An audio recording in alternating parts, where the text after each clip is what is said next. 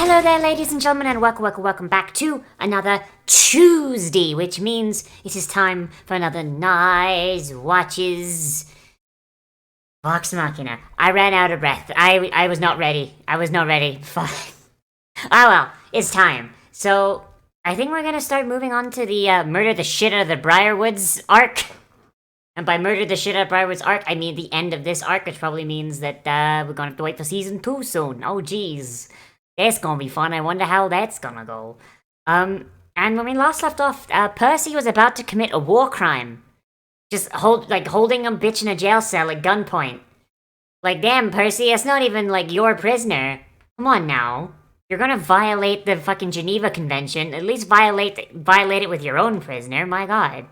But let's see what his reasoning is, because he went full fucking edgelord, and he only really ever does that when he's near someone that's on his list. So let's see, shall we? In 3, 2, 1, and go! Amazon Original. Oh geez, Daddy Bezos bringing us the fucking D&D. Alright, what's this bitch's deal?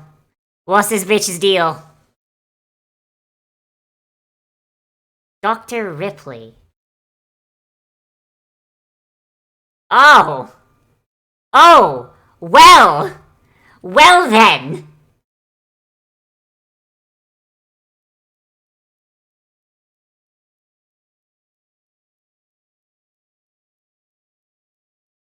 So, maybe if you wanted that information, you shouldn't have killed the adults that actually know where this shit is?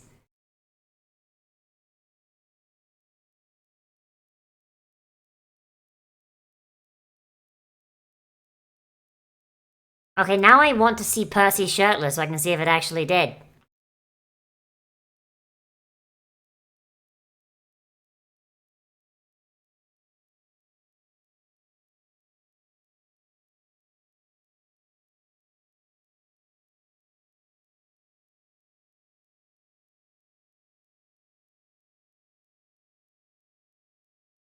God. Okay. So this is a DM thing where I would never put my players in a situation where one is going to, no question, want someone dead.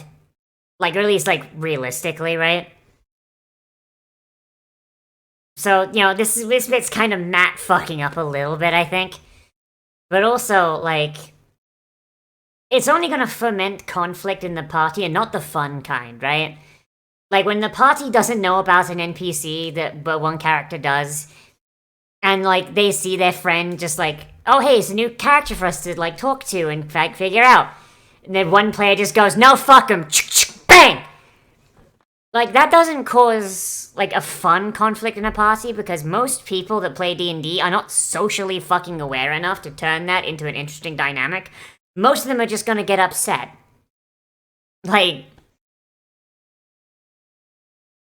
So I feel like... Oh, boy.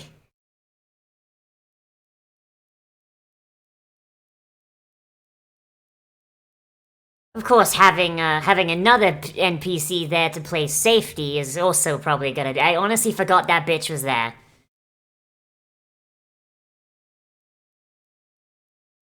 Like, that 100% was Matt going like, oh fuck, no, I need that for the exposition, Percy, you sack of shit!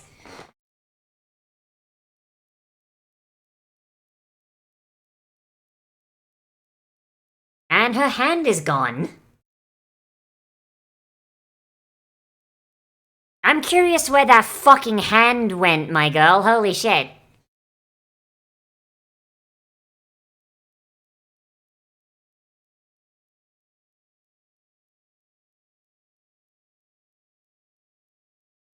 I mean, hey, that's all the party members want, right?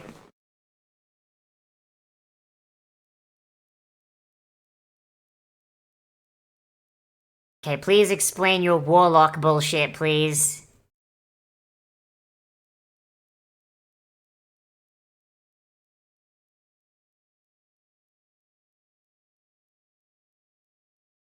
I mean, all you have to do is talk about the fucking gas mask that fucking appears, my guy. Holy shit. Like, our boy's carrying around more gas masks than a fucking GIMP convention, my dude. Holy shit.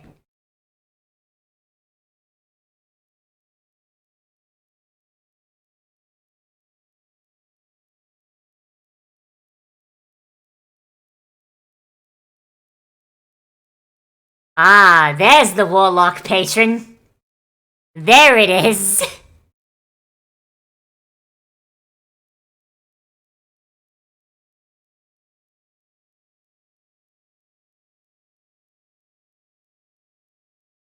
I mean, the temple can wait like 5 minutes, I suppose, there, Pike. Come on now.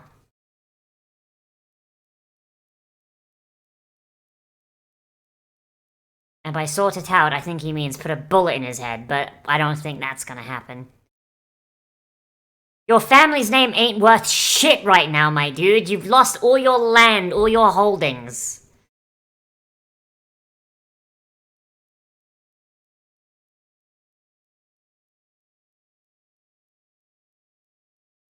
I mean, I wouldn't.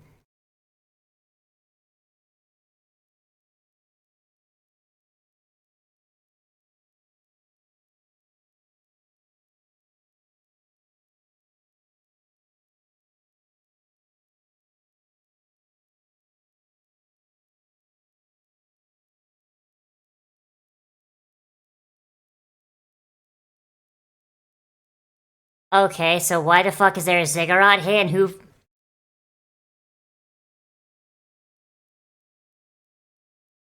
Okay, so why the fuck is there a ziggurat here, though?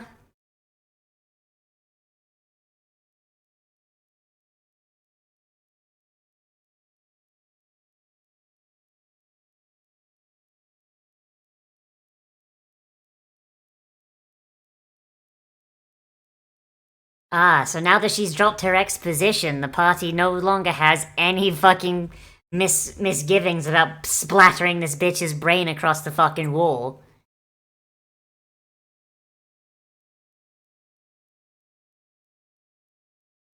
Also, bound arms don't really work so good when, like, you know, it's a stump that ends in a thin thing.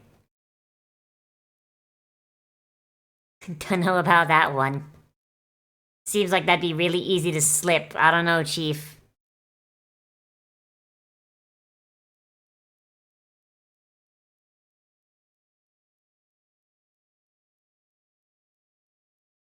So they left her fucking... They left her fucking equipment, like, right next to her set. How long has she been in there? What the fuck?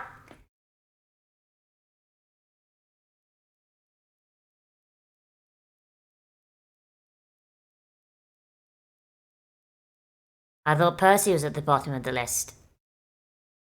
Like, I thought the implication there was that he was also on his own list. Don't know about that one, my dude. Holy shit.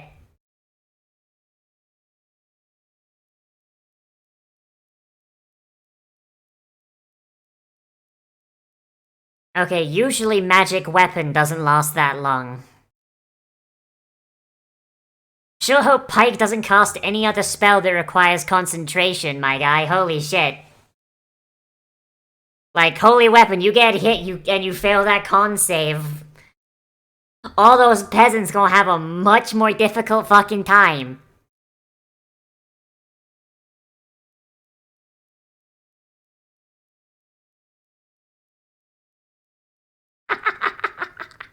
Of course that's where it is.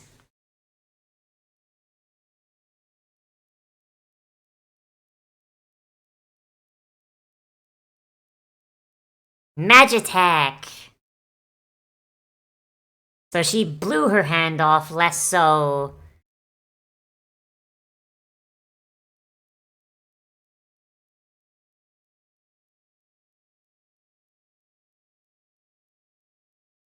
Residuum is like the dumbest name. Like, it feels like something that Matt made up on the spot, like during a game because someone asked about it and he hadn't really thought about it.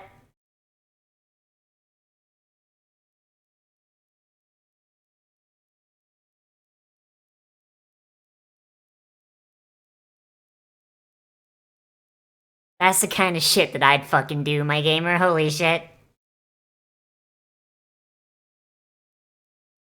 Christ, Puss.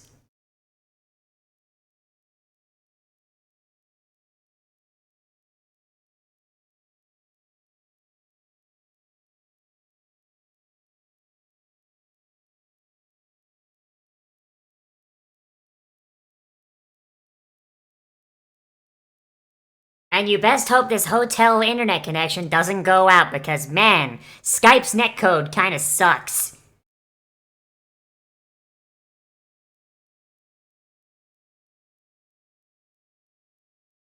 A horrible alcoholic.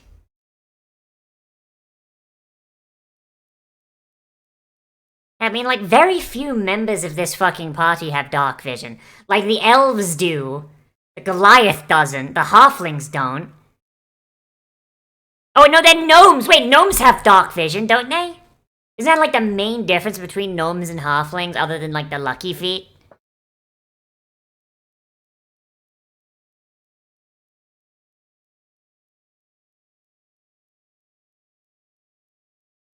What? I'll have you know that Grog has 7 PhDs.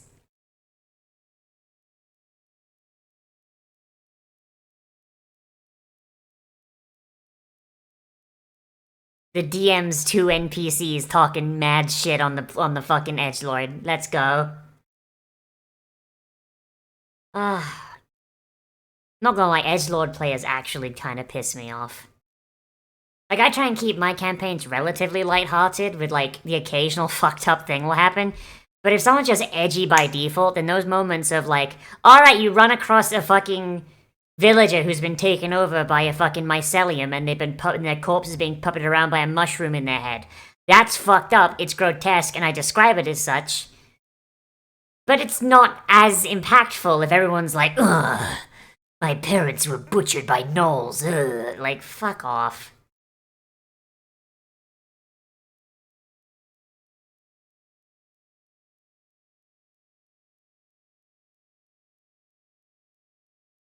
Well, hey, Paris, look, it's a family reunion.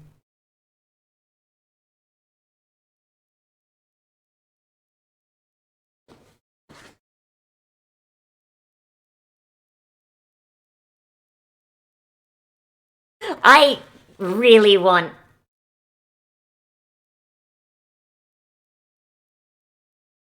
I really want Percy just take offense at how eagerly they're just shattering his fucking family line. Holy shit. Like, holy shit, Grog is just turning fucking Percy's family into fucking confetti, holy shit. Oh wait, Percy's a fucking edgelord sociopath, right.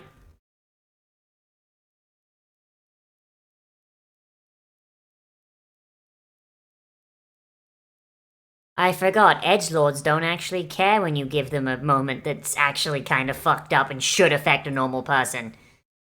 Ugh, fuck, I hate edgelords. So much.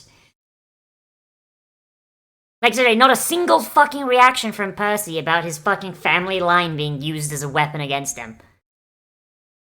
I get the feeling maybe he doesn't actually give a shit about his fucking family name, lineage, or anything about the Durolos, really. Because if he does, he sure as fuck ain't showing it.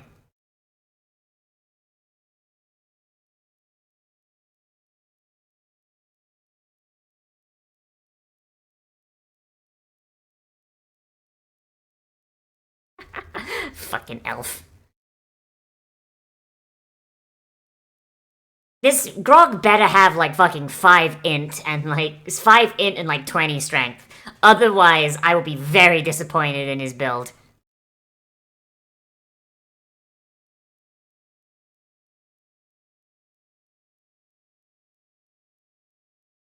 Edge, edge, edge, edge, edge. But even then, she's not as bad as Percy. Holy shit.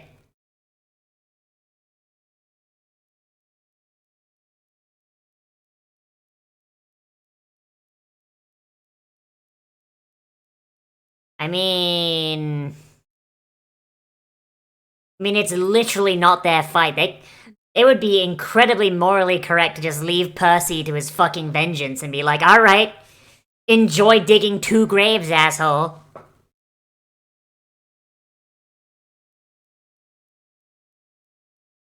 Well. Oh man, I love drugs!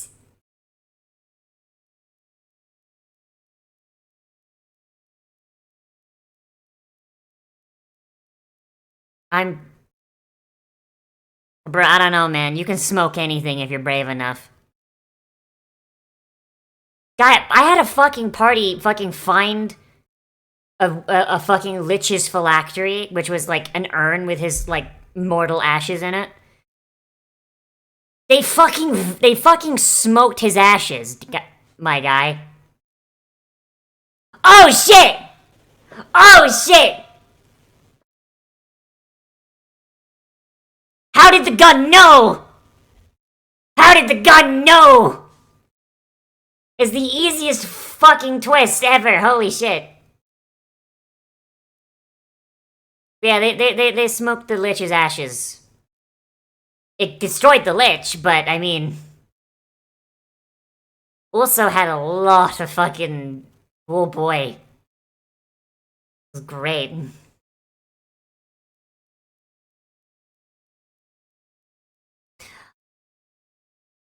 Oh no! Yeah, you've already done this one, my guy. Holy shit! Go and crack this boy open like a juice box. Holy shit!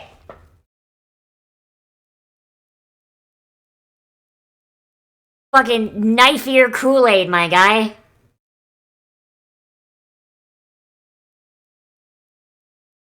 And this is why playing the Edgelord will always fucking backfire on you, because a good DM will have people react to that shit like the sociopath you are. Holy shit! Also, I kind of saw this coming based on the end stinger that we saw like a couple episodes ago, but it's still really fucking good to see an Edgelord get his. Holy shit.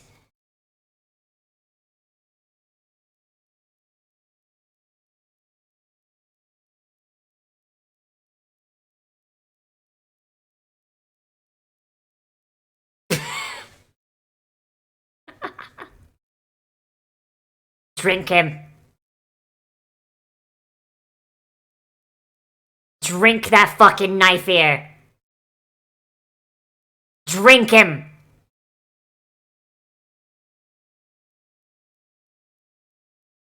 Slurp that fucker dry.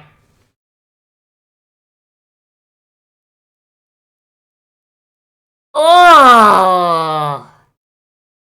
That's pretty rough. Holy sh...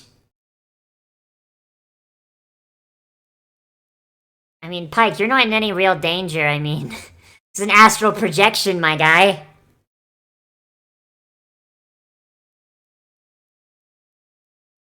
Oh, it would have been great if Vax just fucking stopped. Just like, as if he was considering that bit.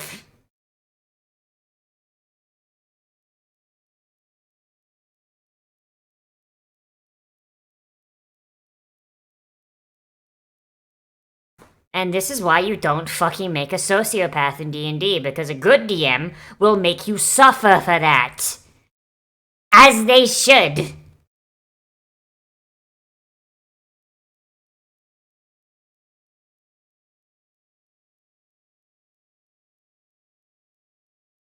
Ah, yes, and there's the explanation as to why she can't just go through the wall.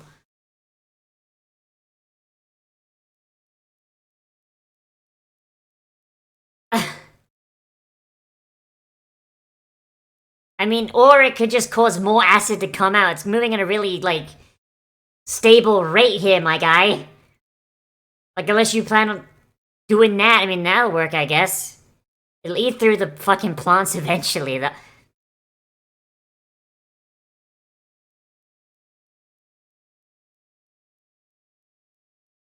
D&D parties, if you give them a trap or a puzzle, make sure it's about on par with the difficulty of a McDonald's fucking playmat.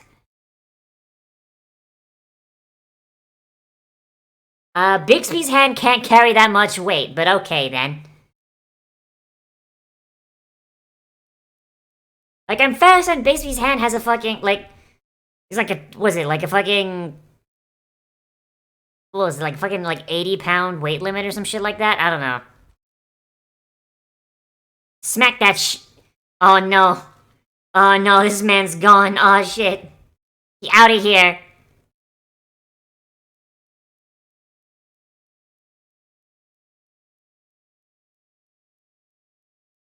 Yeah, she's a fucking NPC purse, you fucking idiot.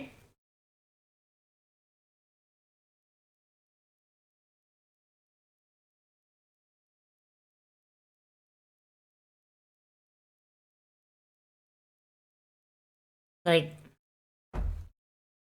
seriously, like the main thing, like, with it as well, like, it's like like, Percy...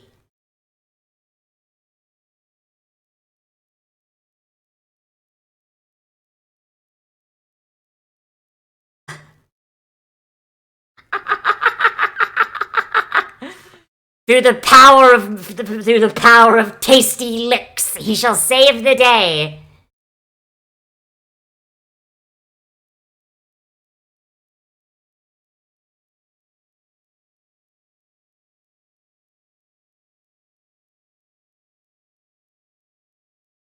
But, like, the most irritating thing about edgelords is that they're always, like, fucking emotionless sociopaths until it's the most inconvenient. You know? Yeah, Barbarian! I sure hope he's raging! I really fucking hope he's raging, holy shit!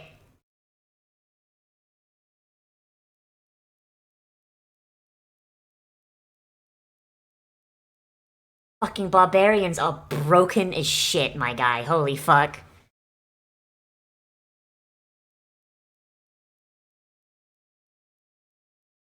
Half damage. Half damage from all damage types except psychic.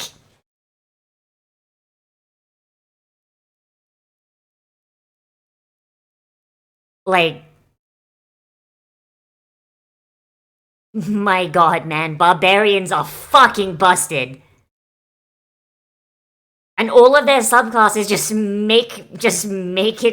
make rage better, my guy.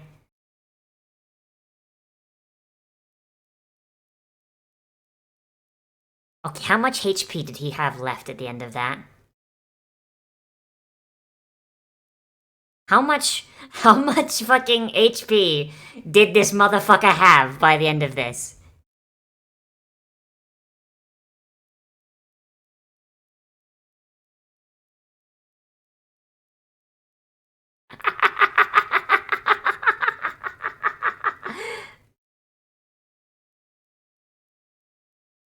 Let's be honest, Grog, you're a barbarian, you don't need them. You can and probably will fight naked at least once. Honestly, I played a barbarian with a tavern brawler feat. His whole gimmick where he was basically a fucking... He was basically a chav. Like this big burly fucking human who would just get absolutely fucking shit-faced and smash chairs over people.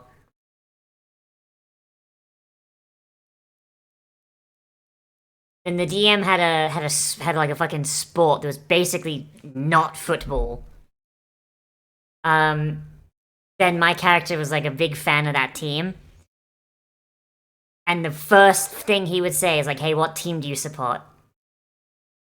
Anyone who supported his team, not immediately same fucking vibe. Only ever played him once. Needless to say, he died session 2, but it was fun as shit while he lasted. Holy fuck. Turns out Tavern Brawler Barbarian, not very good for fighting a fucking for fight. What was it we fought? Fuck. Fuck, what did we fight? I don't remember. I do not remember how we fucking died. Was it a beholder? Yeah, it was a beholder. I got fucking. He got fucking disintegrated by a fucking beholder.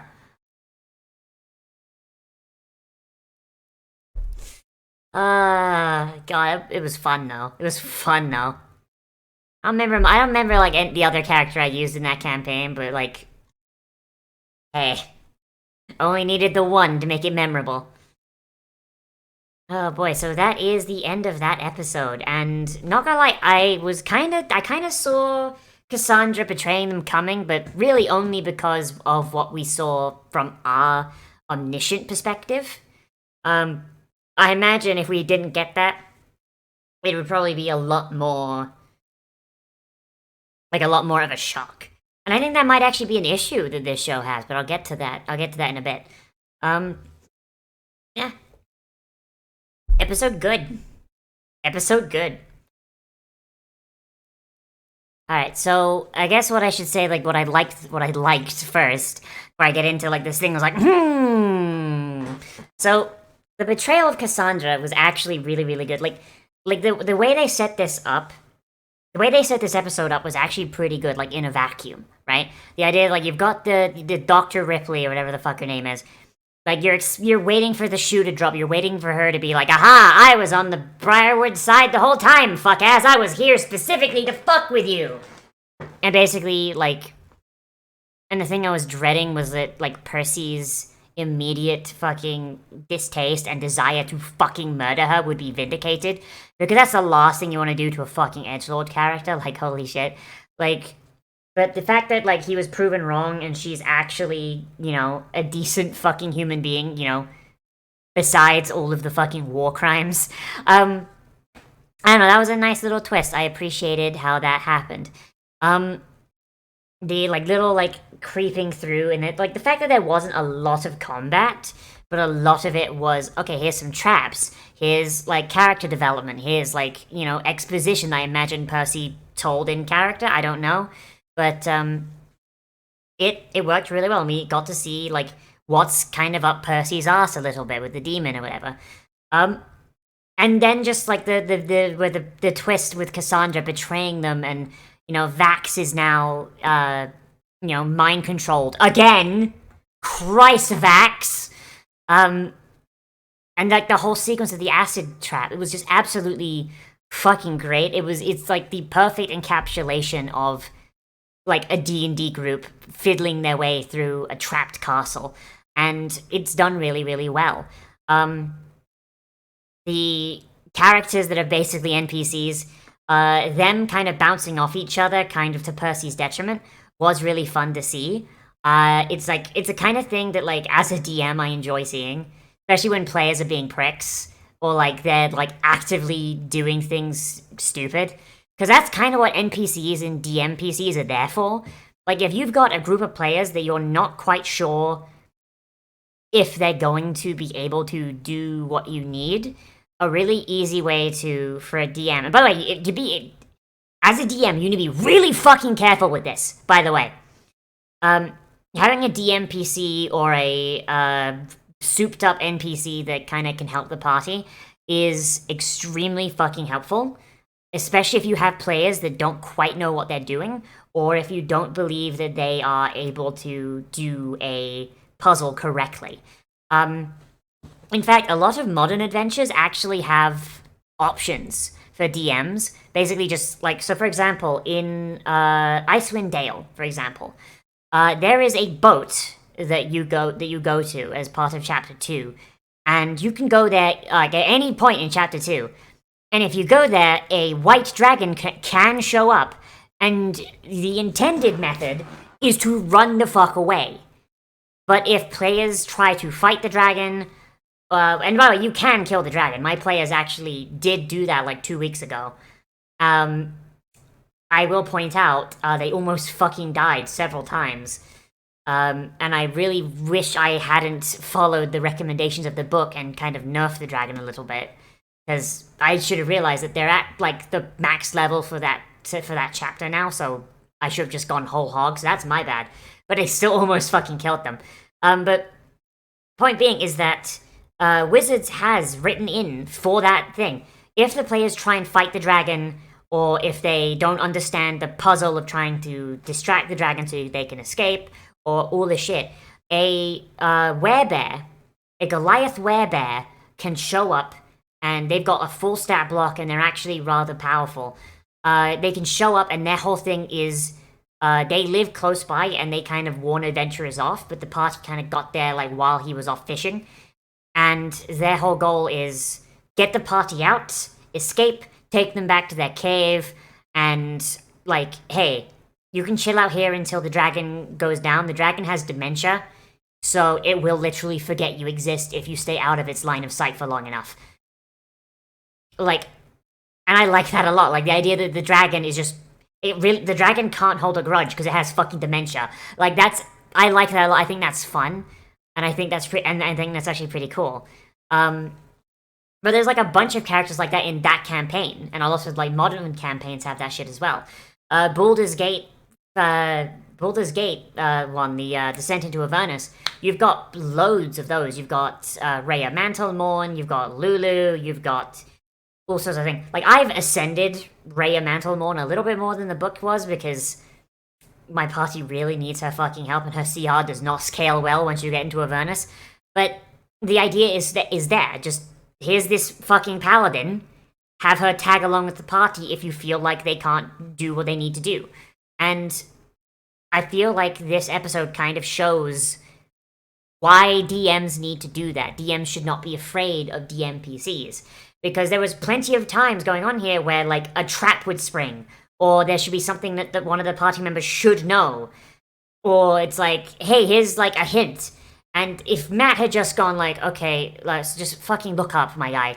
Like, that's, that's metagaming, it's out of character, and it's like, But if Cassandra says it, or if Ripley says it, that's another thing entirely. That's that character making a note of something and pointing out to the character, like, hey, look! Like, But it is a balance that DMs need to bridge, and it's really bridged really, really well here. Like, you don't want the DMPC to solve all the problems for the players, but at the same time, like, you want to be able to give them the ability to kind of be able to point things out, and that's kind of where the balancing act goes. You don't want to cheapen the experience. And that's really, really good. Yeah, episode good, and I really, really like that aspect of it. Downsides, I mean, the fact that, okay, so, there's a big issue in this show, and I think maybe this is my DM brain talking, but the little asides where we have our omniscient perspective, and we can see the Briarwoods talking with each other in a way that Vox Machina would never see, and it's like, oh yes, our evil plan, yes! Or, like, we see them, like, put their hand on Cassandra, and it's kind of very, very, very obvious that there's something going on there, or, like, their whole origin story. Like, we don't need that. Like, keep that shit to the side. Like, if you're going to show, like, their origin, have it be slid in, like, when they're confronting the Briarwoods. Have the Briarwoods say, basically, like, I don't know. No, because you can't really have them just kind of, like, exposition. Can't really do that. I don't know, have it be, like, a post-credit sequence after they're dead. Like, something that's, like... I don't know, like, I don't know where you could put it in, because it's interesting to see where these characters come from an audience perspective. But, like, so, like, that one, I guess, is fine as, like, a pre-credits thing. But, like, spoiling some of the twists with the asides, twists that I imagine were very, very powerful in the actual tabletop game, it feels a little cheap. And maybe it's because, like, this show is intended for people to already watch Campaign 1 all the way through. And, like, so it's like you already knew what the twist was coming. But for those of us that haven't, it's like, can't expect us to watch literal hundreds of fucking hours of a D&D campaign just so we can watch a fucking 12-episode miniseries on Amazon. You know what I mean? Like, fuck. I don't know. It's not great. I guess other than that, I would say Percy's characterization continues to be shit. Like, he in a group of very, very interesting characters, he is the least interesting. Like, actually, like, NPCs are more interesting than he is. And it's entirely because he's just the edgy D&D character played fucking straight, Like, the only time he has any real reaction to what's going on around him is, like, when it's inconvenient. You know what I mean? It's like, oh man, I'm fucking blowing apart my entire fucking extended family. Not even a fucking pan to Percy. Like, Scanlan hits on his sister. No! End of conversation. Oh, but when his sister betrays him, then he has a fucking emotional breakdown. Like, fuck, I hate I hate edgy characters like that. Because their emotional range is uncaring sociopath, weak-kneed waif. And there is no in-between. And there is no fucking in-between. And it's really fucking old. It just, like, maybe when Percy was made, this sort of edge was a lot rarer, so it's, it's the Matt Mercer effect, like a lesser known character archetype that became really big, and I've experienced this character archetype again and again and again and again. Because Percy is the originator, it's been disseminated into the greater, like, D&D community, but that still doesn't make it good. You know what I mean? Like, it's like watching Ava in the modern day, right? Like, Ava's alright, but, like, because everything that came after it is just derived from Ava and improves on Ava, or just makes Ava worse by comparison, you really can't go back and watch Ava. You know what I mean? Like, but here it's kind of the opposite. Like, it's cringe, yes, but it's only got more cringe over time because more and more people have done it, and those people don't have the same character writing chops as I assume the people of Critical Role are. Like I said, I've fallen so far behind with Campaign 3. I don't actually know how to catch up, so if anyone knows how to catch up on Campaign 3 without watching literal fucking 70 hours of fucking content, please let me know. But, yeah, it's bleh.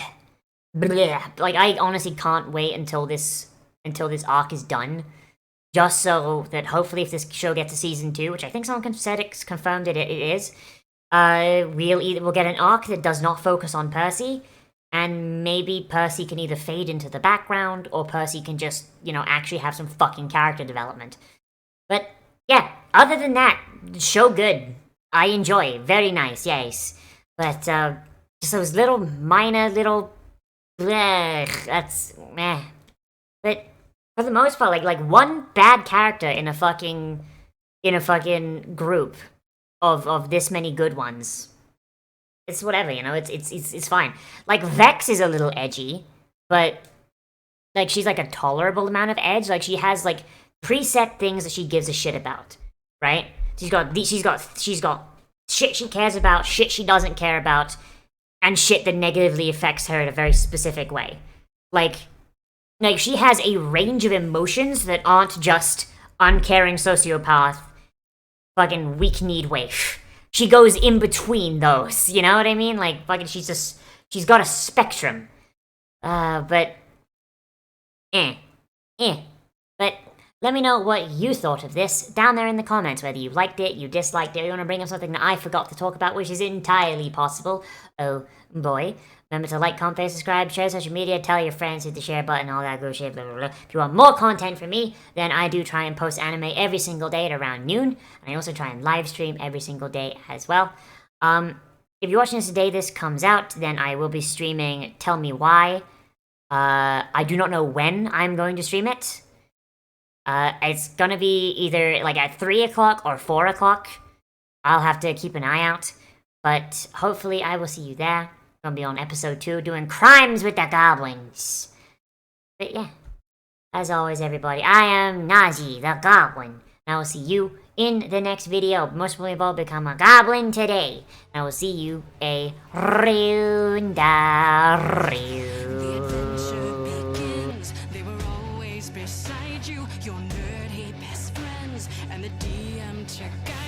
And they rise from the flames for the battles ahead.